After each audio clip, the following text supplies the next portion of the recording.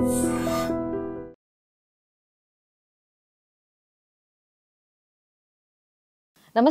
Welcome to iDream media. నేను సౌజన్య.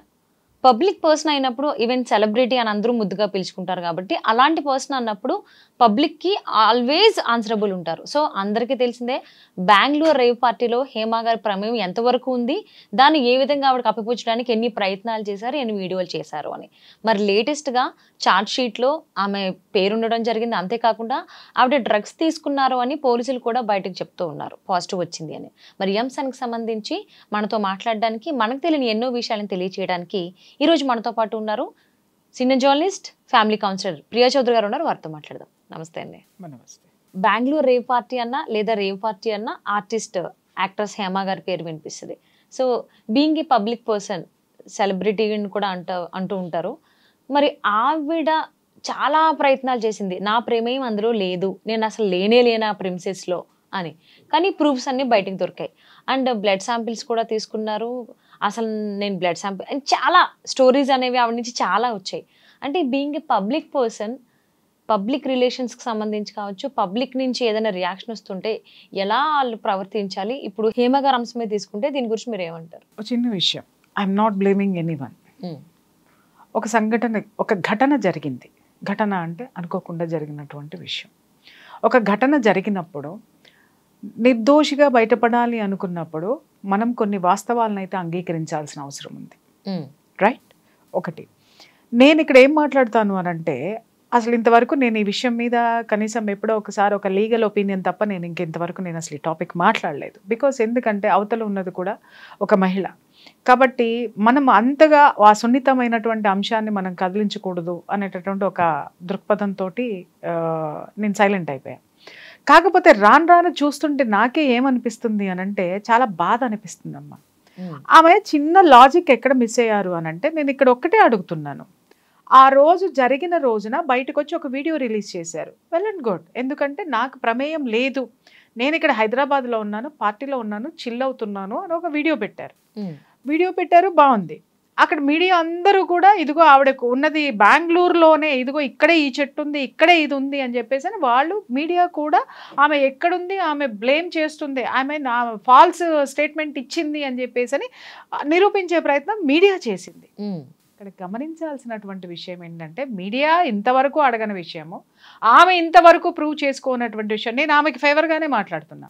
ఆమె prove చేసుకోలేనటువంటి విషయం ఏంటి అని అంటే, అసలు ఆవిడ ఎక్కడ నిలబడి మాట్లాడారో, నేను హైదరాబాద్లోనే ఉన్నాను, ఫామ్ హౌస్లో ఉన్నాను, చిల్ అవుతున్నాను కదా చెప్పారు. నేనేమడుతున్నానంటే, ఎప్పుడైతే లేదా ఆమె బెంగళూరులోనే ఉంది అన్నప్పుడు హైదరాబాద్లో ఆవిడ ఏ ఫామ్ హౌస్లో ఆ ప్లేస్ ఎక్కడుందో చూపిస్తే అయిపోయేదిగా. అవునా కాదా?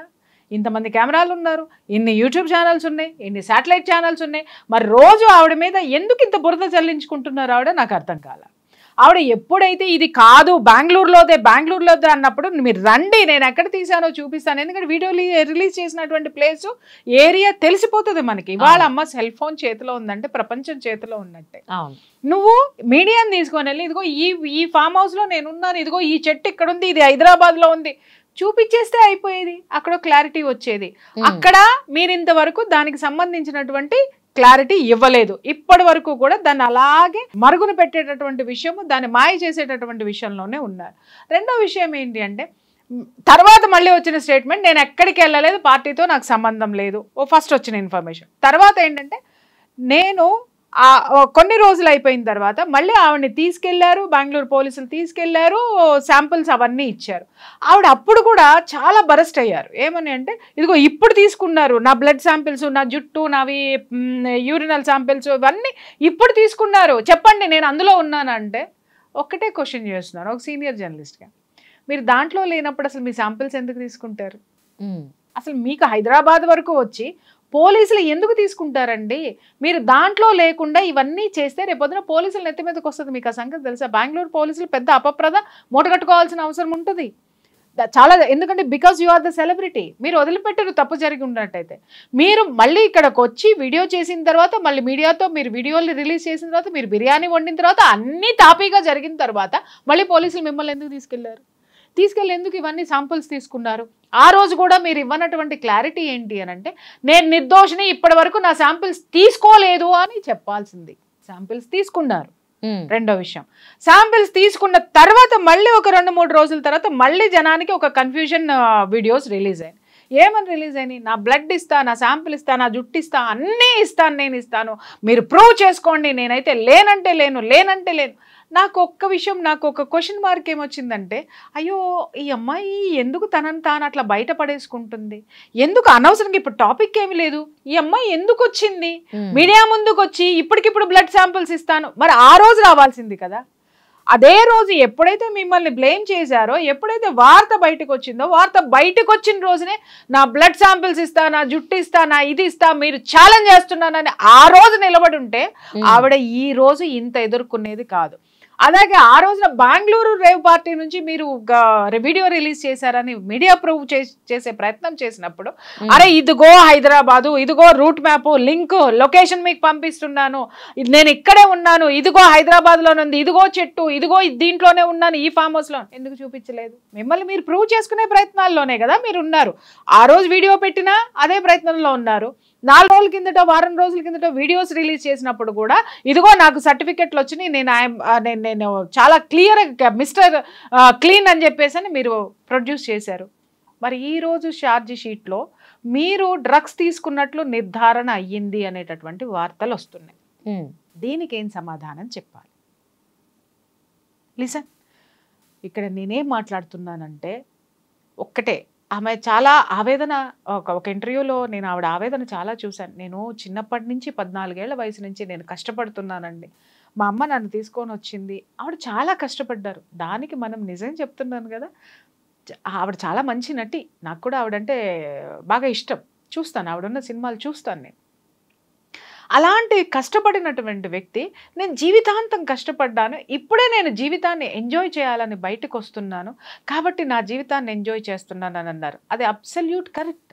ఎందుకంటే ఎవరికైనా ఒక గొడ్డు చాకిరీ చేసిన తర్వాత రిలాక్స్డ్గా పడుకోవాలనిపిస్తుంది, లేదు ఎప్పుడు ఇంట్లో ఉండే వాళ్ళకి రిలాక్స్డ్గా బయటికి వెళ్ళాలనిపిస్తుంది, లేదా బాధ్యతల్లో మునిగి తేలిన వాళ్ళకి ఒక ఆహ్లాదకరమైనటువంటి వాతావరణంలో అలా బయటికి వెళ్ళి ఎక్కడో తన ఇష్టం వచ్చిన చోటుకి వెళ్ళి రావాలనిపిస్తుంది. ఇవన్నీ వేటిల్లోనూ తప్పు లేదమ్మా, కానీ మనం వెళ్ళే ప్లేసుల్లోనే తప్పు ఉంది, అది కరెక్ట్ కాదు. ఇక్కడ ఈరోజు చాలామంది ఉన్నారు సెలబ్రిటీస్, చాలామంది ఇది ఉన్నారు, అలసిపోయిన వాళ్ళు ఉన్నారు, కుటుంబం కోసం పనిచేసే ఇల్లాళ్ళు ఉన్నారు, సాఫ్ట్వేర్ ఎంప్లాయీస్ ఉన్నారు, పెద్ద పెద్ద పోస్టులో సీఈఓలు ఉన్నారు, అందరూ ఉన్నారు. అందరికీ కూడా రెస్టే కావాలి, అందరికీ కూడా ఒక మంచి జీవితం, ఎంజాయ్ చేసేటటువంటి జీవితం, కనీసం ఒక 4 నెలలన్నా ఎంజాయ్ చేద్దాం, ఒక సంవత్సరం అన్నా ఎంజాయ్ చేద్దాం, మళ్ళీ ప్రొఫెషన్లోకి వద్దాం అనుకునే వాళ్ళు ఉన్నారు, ఇంకా ఇలా చాలామంది ఉన్నారు. కానీ వీళ్ళందరూ ఏమి ఎత్తుక్కుంటున్నారు?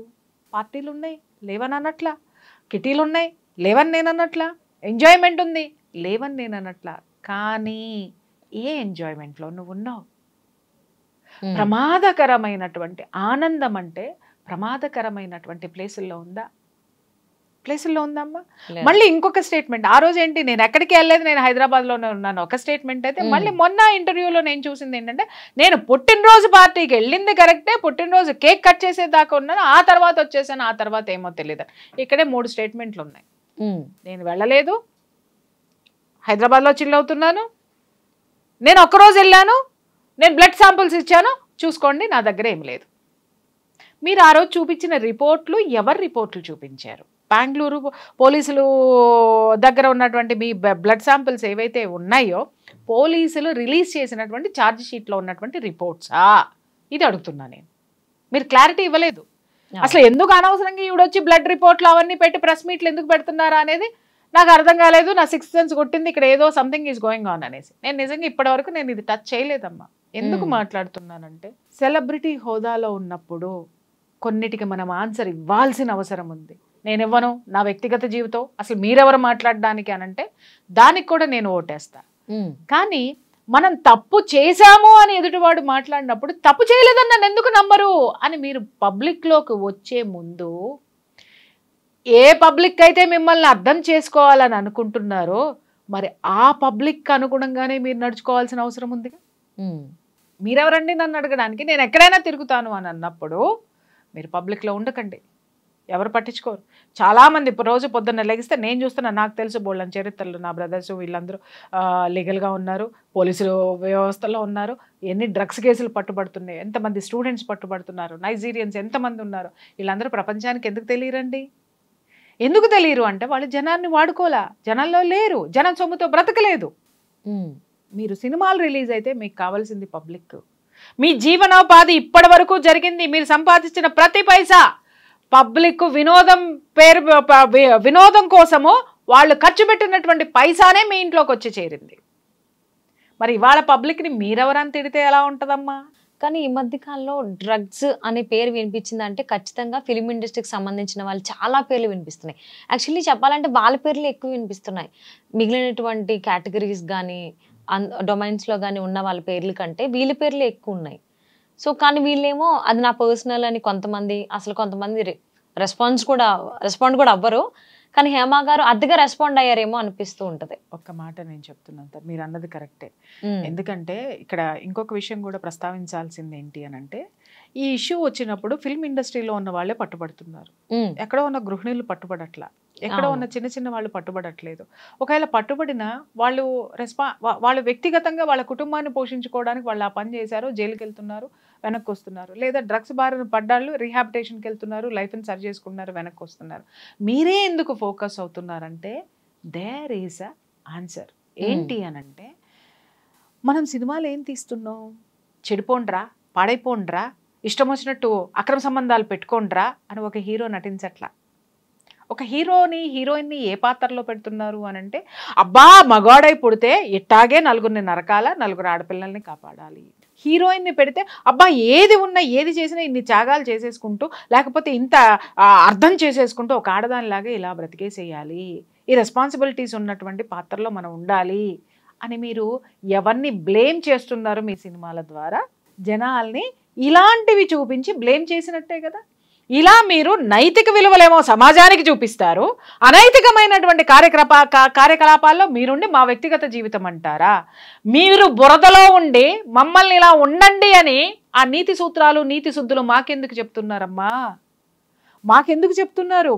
మిమ్మల్ని చూసే కదా, మీకోసమే కదా ఇవాళ మా పిల్లల చదువులు కూడా చదవకుండా మీ పోస్టర్లే పెట్టుకుంటున్నారు, మీదే పెట్టుకుంటున్నారు, ఈరోజు మిమ్మల్నే ఫాలో అవుతున్నారు. మీరు డ్రగ్స్కి వెళితే నా హీరోనే తీసుకుంటున్నాడు, నేను ఎంతరా బాయ్ ఎంజాయ్ చేయొచ్చు.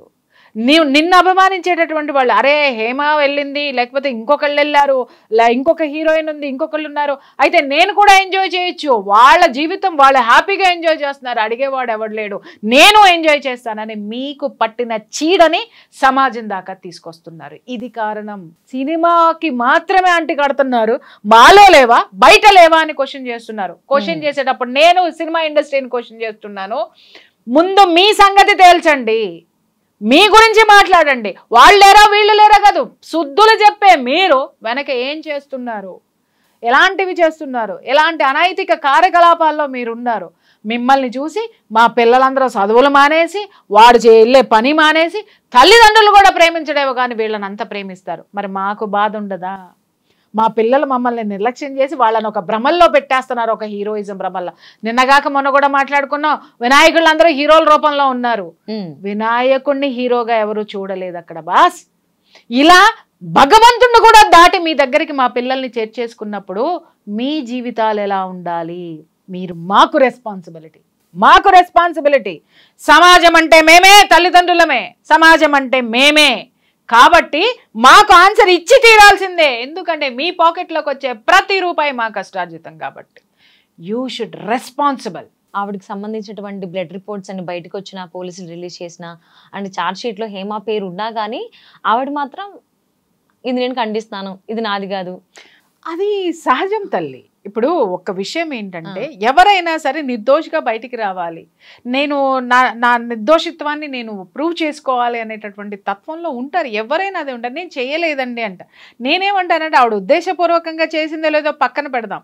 ఒక ఆడదానిగా నేనేం మాట్లాడుతున్నానంటే, సరే తెలిసిన వాళ్ళనో ఉన్న వాళ్ళనో పార్టీకి వెళ్ళింది, పార్టీకి వెళ్ళి ఆవిడ అనుకోకుండా దాంట్లో ఇరుక్కొని ఉండొచ్చు, లేకపోతే ఇరుక్కోలేకపోవచ్చు.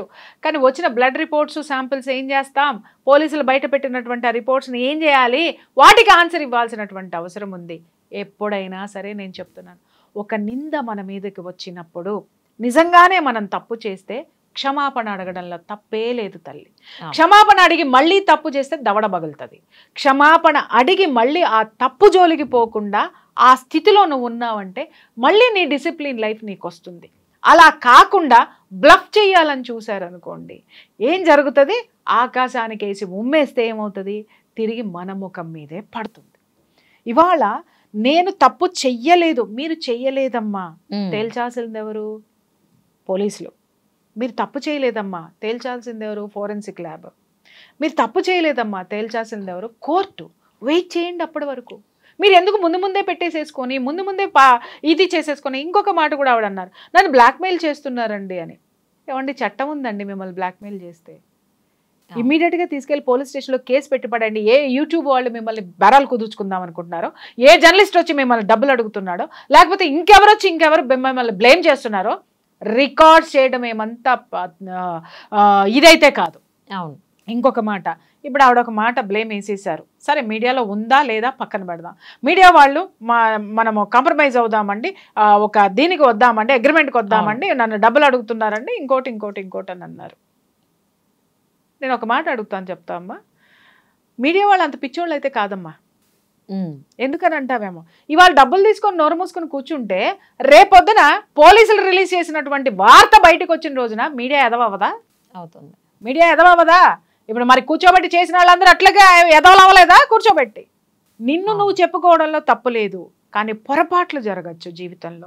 జరగకుండా ఎవరి జీవితంలోనూ ఉండవు తల్లి. తప్పులు ఖచ్చితంగా జరుగుతాయి. మనకు తెలుసో తెలియకో తప్పటడుగులు వేస్తూ ఉంటాం, కానీ తప్పుడు అడుగులు పడకుండా మనల్ని మనం జాగ్రత్త చేసుకోవాలి. మనల్ని మనం ముందుకు తీసుకెళ్ళాలి. ఖచ్చితంగా ఎందుకు జరగవు తల్లి? మన జీవితంలో నిత్యం లేస్తే మనం ఎన్ని తప్పులు జరగట్లేదు, ఎన్ని అవ్వట్లేదు, వాటిని ప్రక్షాళన చేసుకునే దిశగా పోవాలి. కానీ మభ్యపెట్టి దశగా వెళితే మాత్రము లైఫ్లో మనల్ని ఎవ్వరూ నమ్మరు. ఇది ఒక్కటి మాత్రం నేను కోరుకుంటున్నాను. అండ్ పర్టికులర్గా ఈ బెంగళూరు రేవ్ పార్టీ గురించి అయితే హేమ గారు ఒక అబద్ధం ఆడినందుకు దాని వెనకాల చాలా అబద్ధాలు ఆడాల్సి వచ్చిందని చాలా మంది అభిప్రాయపడుతున్నారు. 100%. ఇక్కడ ఏంటంటే అందుకే చెప్తారు కదా, వాస్తవం ఒక్కటి ఒప్పుకున్నాం అనుకో అమ్మా, కొంచెం టైం పడుతుంది మనల్ని మనం కోలుకోవడానికి. కానీ మనలో నిజాయితీ ఉంటే, పబ్లిక్ బాగా మనలో నిజాయితీ ఉంటే ఖచ్చితంగా పాజిటివ్ గా రిసీవ్ చేసుకుంటారు. అయ్యో, ఈవిడ మనకి ఇంత బాగా మంచి క్యారెక్టర్స్ వేశారు, మనకి ఇంత వినోదం అందించారు, ఓకే లైఫ్ లో ఒక తప్పు జరిగింది అని జనాలు నిజంగా ఆ రోజే ఆమెను గుండెల్లోకి తీసుకునేవాళ్ళు, ఖచ్చితంగా తీసుకునేవాళ్ళు. బట్ బ్లఫ్ చెయ్యొద్దు అనేది అదే. సాక్ష్యం ఎదురుగుండా కనిపిస్తున్నప్పుడు ఒప్పుకోండి. దాన్ని ఇంకా బ్లఫ్ చేసేటటువంటి ప్రయత్నాలు చేస్తే మాత్రమో ఇంకా మన మీద అపనమ్మకం మనమే పెంచుకున్నట్టు అవుతుంది అనేది మాత్రం నేను స్పష్టంగా చెప్తున్నాను. ఎగ్జాక్ట్లీ. సో మీరు చెప్పింది అనేది ఫైనల్లీ పబ్లిక్ పర్సన్ అయి ఉన్నప్పుడు